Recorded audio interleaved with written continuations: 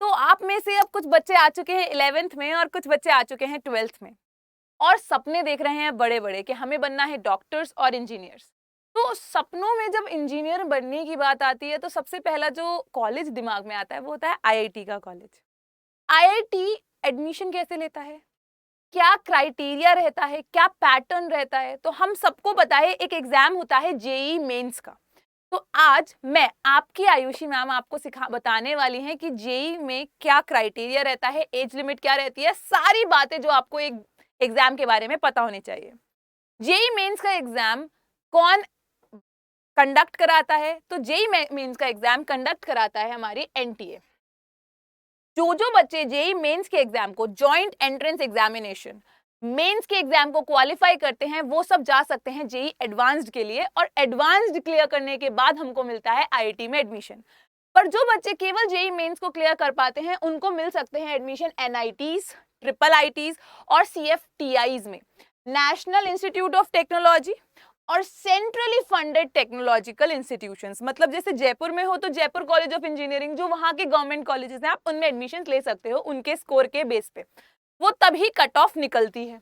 अगर हम आपसे बात करते हैं कि मैम इसका क्राइटेरिया क्या होता है, तो देखो कोई एज लिमिट नहीं है, पर अगर आपने 12th 2023 में क्लियर करी तो उसको ईयर 1 मानेंगे और आप कॉन्जिक्यूटिवली 3 साल तक एग्जाम दे सकते हो। मतलब आप 12th कभी भी करो, उससे हमें फर्क नहीं पड़ता, पर जिस साल आपने 12th करी है उसको ईयर नंबर 1 माना जाएगा और आप 3 साल तक अटेम्प्ट दे सकते हो।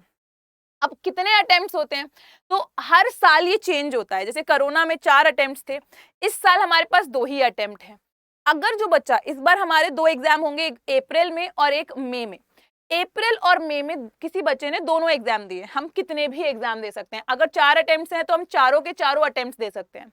एक साल में जितने भी अटेम्प्ट होते हैं, सपोज हमारे पास 2 अटेम्प्ट थे, हमने दोनों दे दिए, उसमें से जो बेस्ट स्कोर होगा हम वो लेंगे अपने जेई एडवांस्ड के लिए। मतलब सपोज करो फर्स्ट अटेम्प्ट में आपका स्कोर अच्छा हुआ और सेकंड में आपकी परसेंटाइल कम हो गई, तो आपका फर्स्ट स्कोर जो है वो कंसीडर किया जाएगा।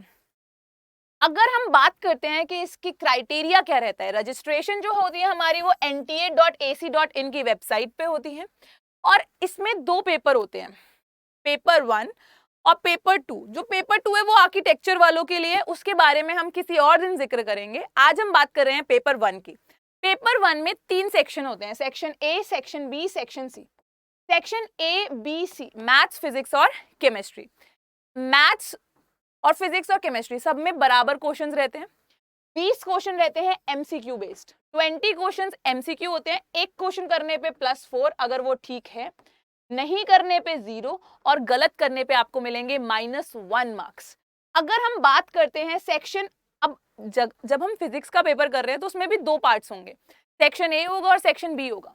सेक्शन बी में आपको अभी तक जो क्राइटेरिया चल रहा है उसमें आपको 10 क्वेश्चंस मिलते हैं जो होते हैं न्यूमेरिकल आंसर टाइप, जिन्हें कहते हैं हम एनएटी। तो ये 10 क्वेश्चन है, उसमें से आपको कोई 5 क्वेश्चंस अटेम्प्ट करने होंगे। आपको चूज करके 10 में से बस और बस 5 क्वेश्चंस अटेम्प्ट करने होंगे। तो टोटल 25 क्वेश्चंस है, 25 इंटू 4, एक सब्जेक्ट 100 नंबर का, 3 सब्जेक्ट 300 नंबर के। 4 नंबर मिलेंगे करेक्ट आंसर के लिए, -1 इनकरेक्ट के लिए और 0 कोई आंसर ना देने पे। अगर एनएटी की बात करें तो 10 क्वेश्चन होंगे और 5 ही अटेम्प्ट करने होंगे। 4 नंबर मिलेंगे करेक्ट आंसर के लिए, 0 मिलेंगे बिना आंसर के और -1 फॉर रॉन्ग आंसर। उसमें आपको एनएटी में ऑप्शंस नहीं दिए जाते, आपको क्वेश्चन पूछ लिया जाता है कि इस कंपाउंड में कितने कायरल कार्बन हैं। आपको खुद 1 2 3 4 5 चूज करके लिखना होता है, ऑप्शंस नहीं दिए जाते। तो ये हमारा जेई का पैटर्न रहता है। अब सिलेबस की अगर हम बात करें तो जो 11th और 12th का सिलेबस होता है वही हमारा जेई का सिलेबस होता है। कुछ स्पेशल सिलेबस में नहीं होता है, same to same 11th as well as 12th। पर कोरोना के कारण जैसे हमारा सिलेबस रिड्यूस हो गया 11th में और 12th में, जेई मेंस में कोई सिलेबस रिड्यूस नहीं होता है। तो ये सारी बातें आपकी जेई मेंस के लिए थी। बच्चों अपनी तैयारी को लेवल बेस्ट बना लो, क्योंकि आज जो चला गया ना वो चला गया। आज हम कल के लिए प्लान करेंगे, हम परसों के लिए प्लान करेंगे, जो समय बीत गया वो बीत गया। एंड में तुम बोलते हो कभी ड्रॉप कर लेंगे, कभी कुछ कर लेंगे, बट आज से मेहनत चालू कर दो, क्योंकि हर इंसान के पास वही 24 घंटे हैं जो आपके पास है। जो बच्चा 300 में से 300 लाता है वो भी वो 24 घंटों में ही मेहनत करता है, और जो बच्चा कुछ नहीं कर पाता है और आखिर तक बस ये सोचता रह जाता है कि कल करूंगा, वो भी इन्हीं घंटों में मेहनत करता है।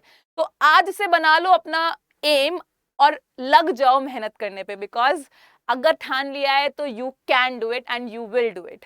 तो यही इसी के साथ हम अलविदा लेते हैं। तब तक के लिए हंसते रहो, मुस्कुराते रहो और पढ़ते रहो।